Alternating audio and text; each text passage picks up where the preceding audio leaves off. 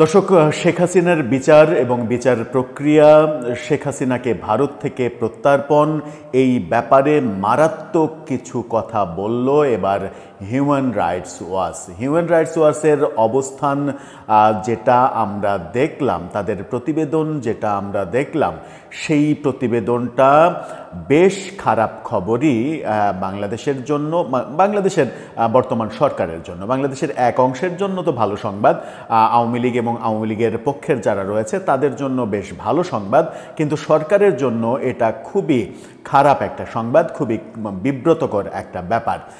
Human Rights watch Sheikh হাসিনার বিচার প্রক্রিয়া নিয়ে প্রশ্ন তুলেছে।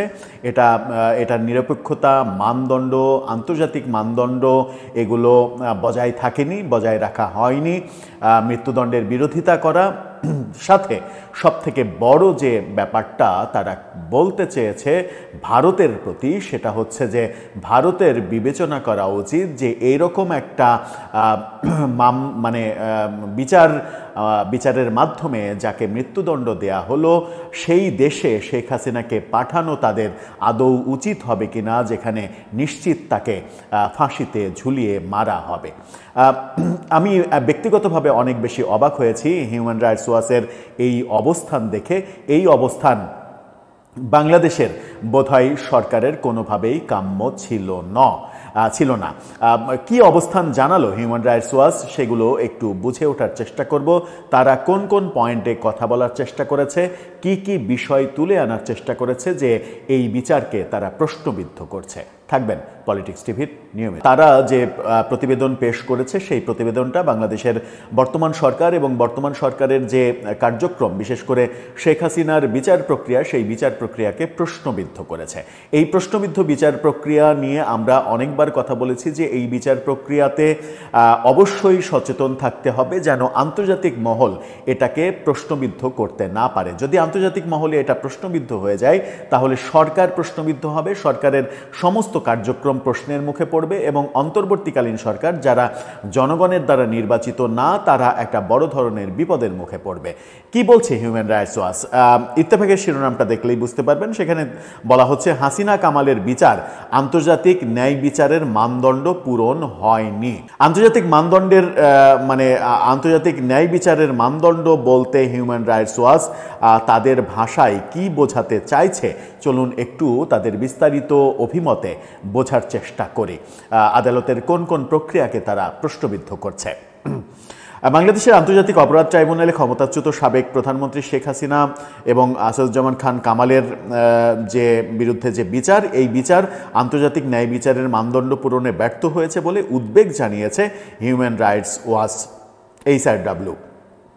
এইচআরডব্লিউর এক বিবৃতিতে তারা বলেছে, দুজনেরই অনুপস্থিতিতে বিচার হয়েছে এবং তারা নিজেদের পছন্দের আইনজীবীর মাধ্যমে প্রতিনিধিত্ব পাননি, যা গুরুতর মানবাধিকার উদ্বেগ সৃষ্টি করেছে। খুবই স্পষ্ট দুটা ব্যাপার। সেটা হচ্ছে যে আসামির অনুপস্থিতিতে বিচার হয়েছে, এক, আর তারা নিজেদের পক্ষে লড়ার মতো আইনজীবীর সহায়তা পাননি, আইনজীবী নিয়োগ দিতে পারেননি এবং সরকার যে আইনজীবী নিয়োগ দিয়েছিল সেই আইনজীবী কি করেছেন, কীরকম হাস্যকর পরিস্থিতি তৈরি করেছেন, গতকালকে রায়ের পরেও সংবাদ সম্মেলনে কিভাবে তিনি হো হো করে হাসতে হাসতে বলেছেন যে আমি খুব কষ্ট পেয়েছি, সেই ব্যাপারগুলো নিশ্চিত করে হিউম্যান রাইটস ওয়াচের নজরে এসেছে। তারা যেটা বলছে যে মামলার তৃতীয় আসামি সাবেক পুলিশ প্রধান চৌধুরী আবদুল্লাহ আল মামুনকে রাজসাক্ষী হিসেবে জবানবন্দি পর সাজা কমিয়ে 5 বছরের কারাদণ্ড দেয়া হয়েছে। অর্থাৎ এই যে রাজসাক্ষী বানানো হয়েছে, এটাও একটা অন্যরকম কৌশল, এই ব্যাপারটা ইঙ্গিত দিচ্ছে হিউম্যান রাইটস ওয়াচ।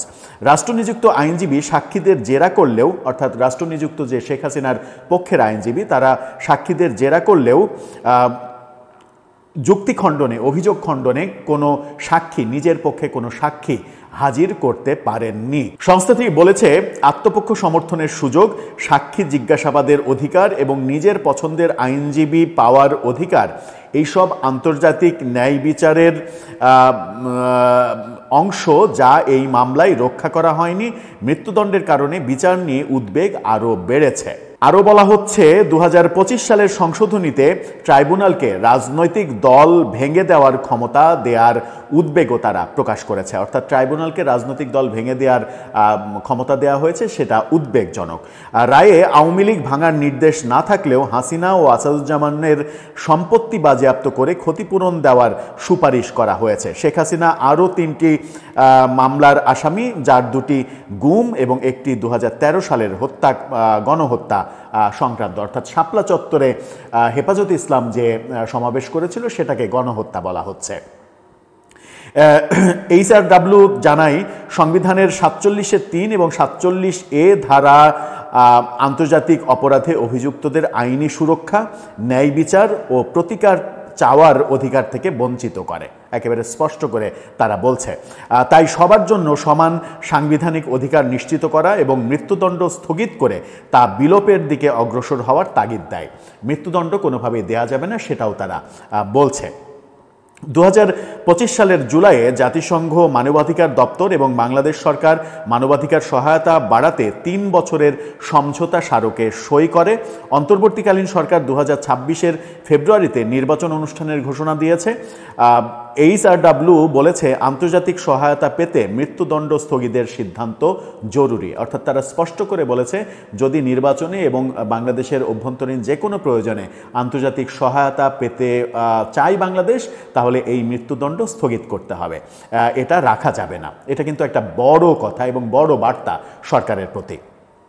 রায় ঘোষণার পর বাংলাদেশ পররাষ্ট্র মন্ত্রণালয় ভারতকে শেখ হাসিনা এবং আসাদুজ্জামানের প্রত্যর্পণের অনুরোধ জানিয়েছে। এই যে হিউম্যান রাইটস ওয়াচ তারা যেটা বলছে এটা ভয়াবহ কথা। তারা বলছে প্রত্যর্পণের ক্ষেত্রে ভারতকে অবশ্যই ন্যায়সঙ্গত প্রক্রিয়া নিশ্চিত করতে হবে। এমন কোনো দেশে কাউকে পাঠানো উচিত নয় যেখানে মৃত্যুদণ্ড বা অন্যায্য বিচারের ঝুঁকি রয়েছে।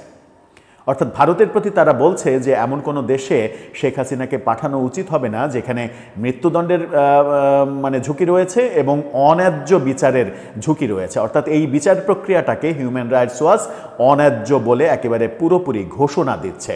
এটা বাংলাদেশের সরকারের জন্য একটা সবথেকে ভয়াবহ বার্তা। এই বার্তা হিউম্যান রাইটস ওয়াচ থেকে আসবে এটা কল্পনার বাইরে, যেটা সরকার হয়তো মোকাবেলা করতে এখন হিমশিম খাবে। HRW এশিয়া বিভাগের উপপরিচালক মীনাক্ষী গাঙ্গুলি বলেছেন হাসিনা সরকারের আমলে অধিকার লঙ্ঘনের শিকার ব্যক্তিরা ন্যায় বিচার ও ক্ষতিপূরণের অধিকার রাখেন, তবে ন্যায় বিচার নিশ্চিত করা মানে অভিযুক্তদেরও অধিকার সুরক্ষিত করা।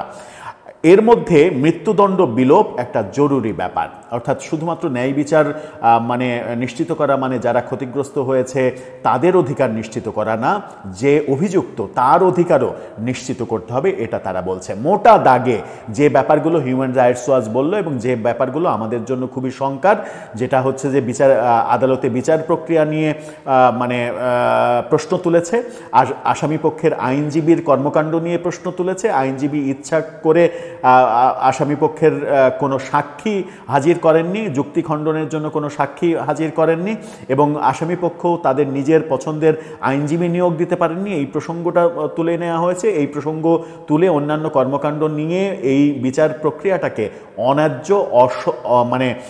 অস্বচ্ছ এবং আন্তর্জাতিক মানদণ্ডের সাথে সাংঘর্ষিক, এই ব্যাপারটা তারা যেমন বলছে, তেমনি আরও ভয়াবহ ব্যাপার হচ্ছে ভারতকে তারা বলছে যে ভারতের এমন কোনো দেশে শেখ হাসিনাকে পাঠানো উচিত হবে না যেখানে শেখ হাসিনা অন্যায্য বিচারের মুখোমুখি হতে পারেন। এই বার্তাটা আমার মনে হয় যে এ পর্যন্ত বিবৃতি এখন পর্যন্ত দিয়েছে ভারত, যারা কূটনৈতিক কৌশল অবলম্বন করেছে, কোনো একেবারে স্পষ্ট কথা বলেনি।